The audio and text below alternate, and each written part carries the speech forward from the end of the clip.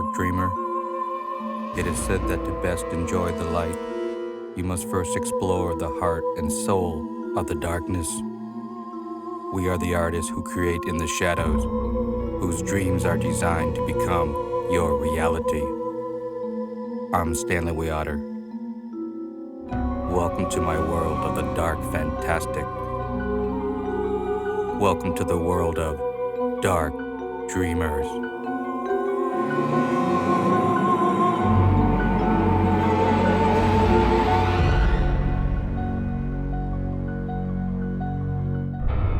Are you a dark dreamer?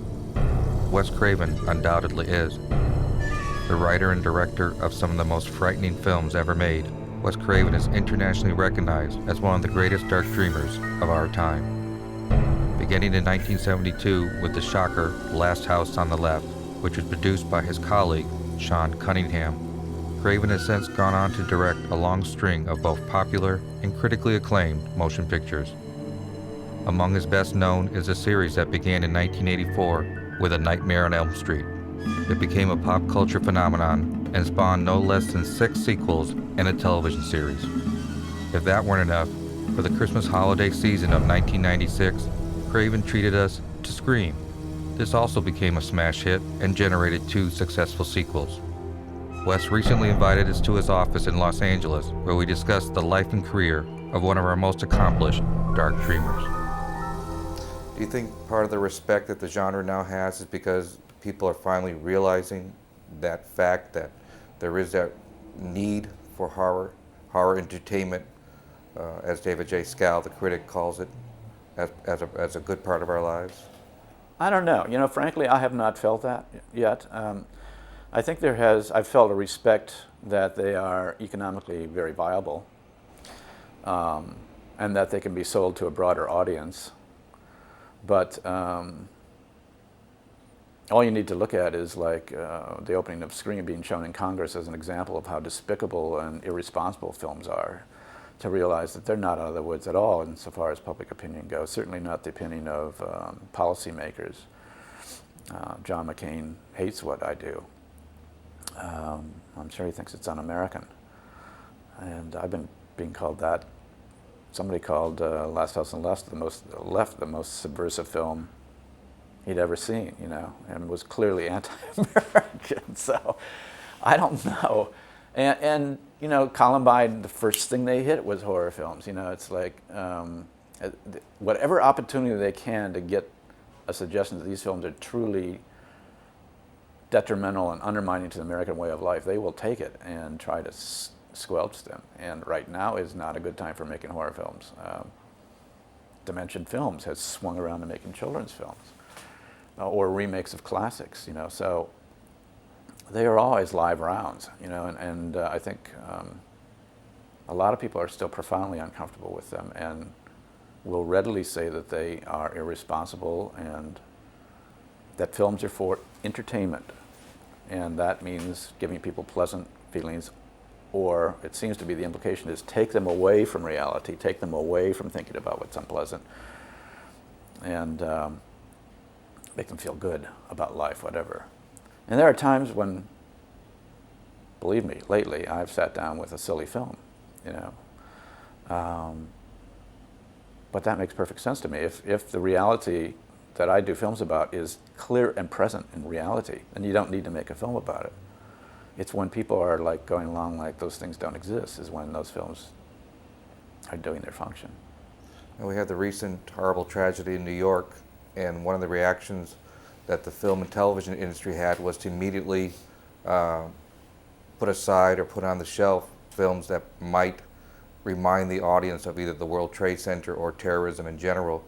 Do you think this is the right thing to do or an improper thing to do in terms of trying to well, we have terrorism in real life, we better not talk about it in fiction for a while?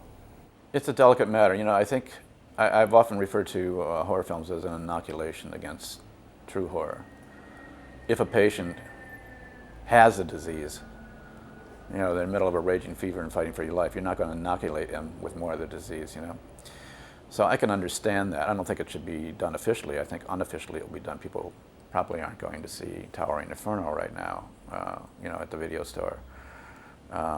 But if they need to in some way, if they need to somehow, for whatever mysterious psychological reasons, need to watch it in a way that is resolved rather than so open-endedly, confusingly, bafflingly, horribly unsolvable as it feels right now, they should be able to do that, you know. But I understand the impulse. It was so uncanny, I think, to everybody, including filmmakers, how close it was, in a way, to the cinematic visions of the last 10 years. And I got to tell you, beyond making money in the film business, beyond all that stuff, there are perceptions that people who make films and write scripts have about potentials that wake you up in the middle of the night, and you make a script about that. And I swear to God, there is a part of you that says, I hope they see this and figure out how to make that impossible, you know. Ironically, they didn't. I mean, my novel Found Society ends with some guy crashing an airplane into the project in order to bring it to an end. I mean, why the hell, some general said, you know, when asked, why didn't you have some system of protection of protecting the Pentagon? He says, well, it never occurred to us somebody would fly a plane into it. Well, duh, you know? I mean, it's not like poor lowly little horror films haven't suggested a lot of these things. So, you know, my old phrase of making movies that are scenarios for the apocalypse or boot camp for the psyche, I mean, that was my vision, that was my hunch, and I wish I had been wrong, but I wasn't.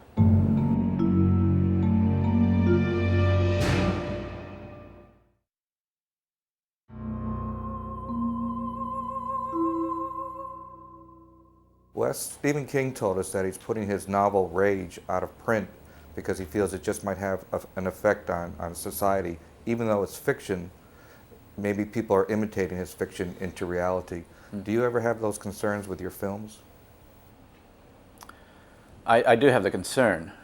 I think you know, one would be irresponsible if one didn't run all scenarios through one's head. If I say one more time, I'm going to spit. But anyway, you know, Stephen, somebody could take one of your many really thick books and beat somebody's brains out if they wanted to, you know. So you better take all your books off the shelves. You know, it's prisoners kill people with spoons. You know, it doesn't mean we should stop making spoons. I think the question that I ask myself is, does this make violence look attractive? Does it make it look cool? Does it suggest it's a good solution to things? I think if I were suggesting that in a film I was making, I would feel irresponsible. If I suggest or show or depict violence as a mess, as the result of a failure of perception or love or communication or courage, you know, that violence is the lowest possible denominator for solving things in humanity, and that it takes great courage to face it, and that it is a complex and not very satisfactory thing to have to face as a nonviolent person, but sometimes it's necessary. But it will color you, it will deface you in a way. Think of Neve Campbell at the end of Scream, you know, where she ends up having to shoot the killer, and just the look on her face, you know, we worked on that and said, you know, don't look happy, don't look like, you know, hey, you. It's like, now you have a piece of that person in you, and you, not only did it wipe off on you, but you had to bring it out of yourself, and it's like there's nothing simple about it. That kind of stuff, I think, needs to be talked about. My films have always been, I hope, quite simple and quite personal. They don't glamorize it. There is some laughter around violence and so forth, but it almost always is in between the acts, and I think that's, you know, people do laugh in order not to scream, and I think it's appropriate. But no, I think this whole business of Columbine and kids doing things that they see in movies, I mean, I think all of the evidence, first of all, is very flimsy. I think most of the people that are bringing this up as a phenomenon really have a hidden agenda of being upset by the message of these films, and that somebody could be crazy and decide to drive a car into a schoolyard full of children, which has happened, and they don't say, stop making cars. It's not worth it. The reason they say stop making films is because they don't see the utility of those films. They don't see the worth of those films at all, because they have a perceptual problem, But that doesn't mean the films aren't doing an important function. I tried to deal with that a little bit in New Nightmare of, if you stop the film, the thing itself, the essence that film is about, will be freed even more. Films, in an odd way, are a guardian for the psyche, just like nightmares are. And as irrational as a nightmare would seem, and if a human committee were sitting down to design the human brain and psyche, they would say, well, nightmares, who needs those? Get those out of there. Let's keep the brain as pleasant as possible. But no. Millions of years of evolution have included the nightmare as part of the little kit of survival equipment for the human mind. And I believe to the depth of my soul that that's what horror films are too. But you go into your films with what I call pure intent, and yet when you go to the ratings board, they don't get it. Yeah. And how do you censor intensity? How do you change your intensity to please a ratings board? Well, this is one of the things that's given me gray hair, and I usually have to be removed from the room at a certain point, literally. I mean, at a certain point, I can just see my producer saying, Wes, go have coffee, we'll talk to them. Because I get livid, and I don't know whether that comes from having been raised in a very restricted background where once I was free and doing art, I use that word, once I was doing expression and was doing it freely, I never wanted to go back. I never wanted to have anybody saying, okay, you can only go that far.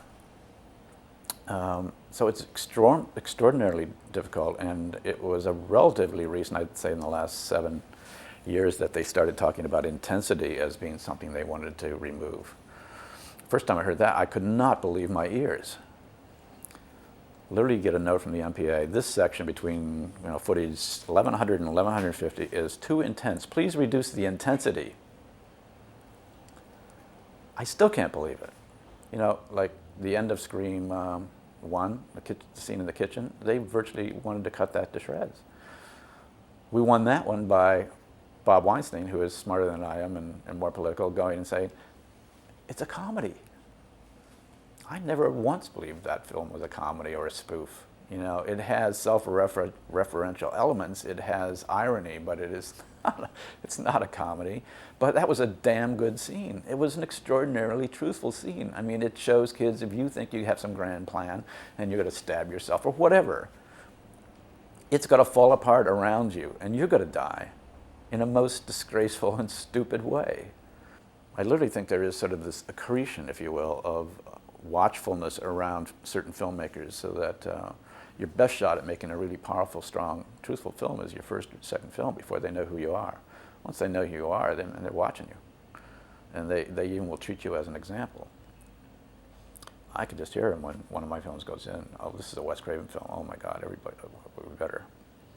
We can't let this guy get away with it, because everybody's just going to say, oh, well, you let Wes Craven get away with it. So, and I'm sure they're saying with John Carpenter and all the other guys that are working, it's like,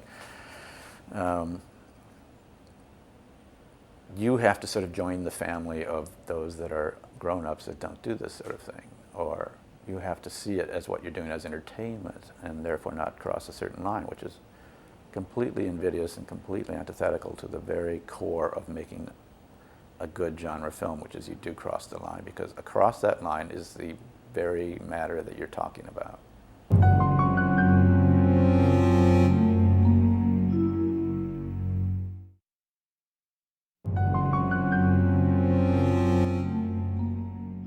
Why do so many people see the wrong message in a horror film?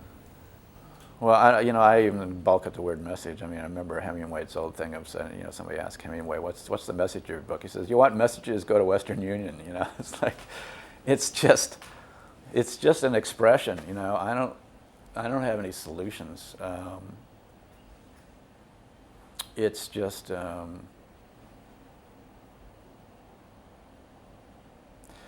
expression itself should be enough, you know. What's the message of Mona Lisa? You know, that you should smile.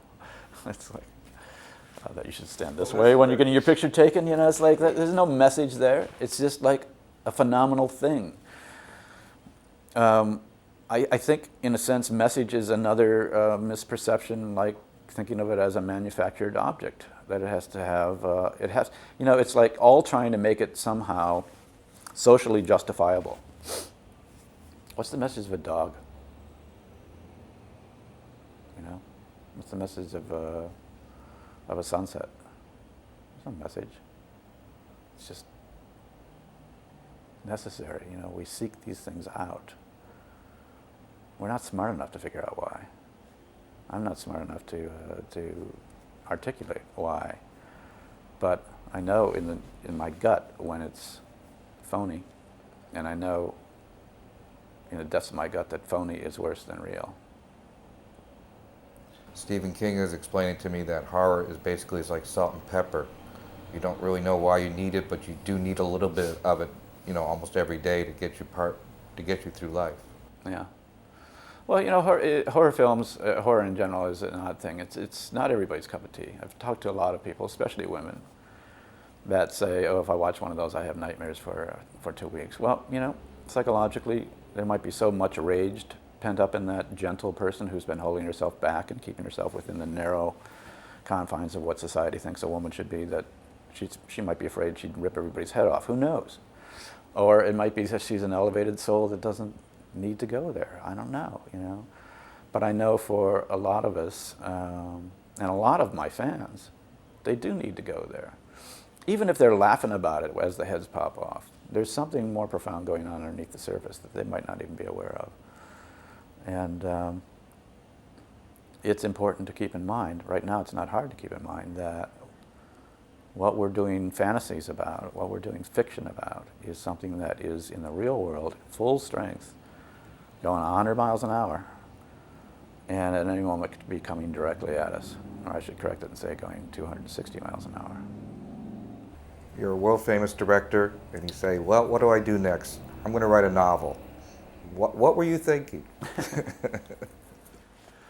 Well, you know, it was really, that was probably one of the longest incubations for a novel. It was probably a 30-year incubation. I had the idea about cloning and a brain transplant in New York in like 1972. And I would tell that story to people. There were like 2 or 3 stories that I had in my mind. I won't tell you those because they haven't been made into films either, but they just seemed like such good stories. And they fulfilled the same, sometimes when I'm talking to students I say, I have this thing called the 1-minute story, which is like you have to be able to tell your film to conversationally somebody in 1 minute. It can't be like, oh wait, I need a little bit more time because you need to know about this and everything. It needs to be in some way simple and have a beginning, middle, and end that makes sense. And that was one, the concept that I just had, and it went through so many permutations. I tried to write it out in an outline form, and then at a certain point I hired people to write scripts, and I think I had 2 or 3 different sets of people writing scripts about it. It never quite gelled. And then, I guess a couple years ago, by fluke, I had an old friend from New York said, you know, I have a friend who's a book agent who'd like to meet you.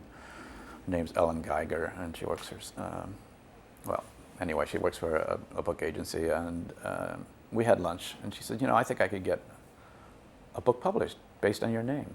Do you have any ideas? And I told her this idea. And we went around I went to New York for a week, and we went around to the publishing house, and I just literally pitched it like I would a script. And I think about the 5th day, Simon & Schuster said, okay, we'll go with it.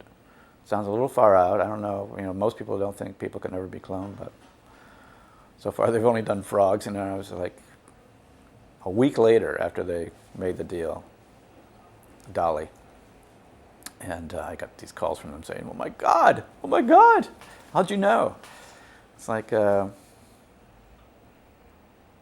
one thing that I've done consistently over the years is that I have an ability to see something and say, okay, what you're seeing is not an isolated event. What you're seeing is the beginning of something. So now it's like seeing a football leave the hand of a quarterback. In a split second, you can, from the speed and the general trajectory, you can look downfield and know pretty much where it's going to end. So it's like I've done that with certain things. And human cloning, as soon as they did a tadpole, you know they're going to do a human.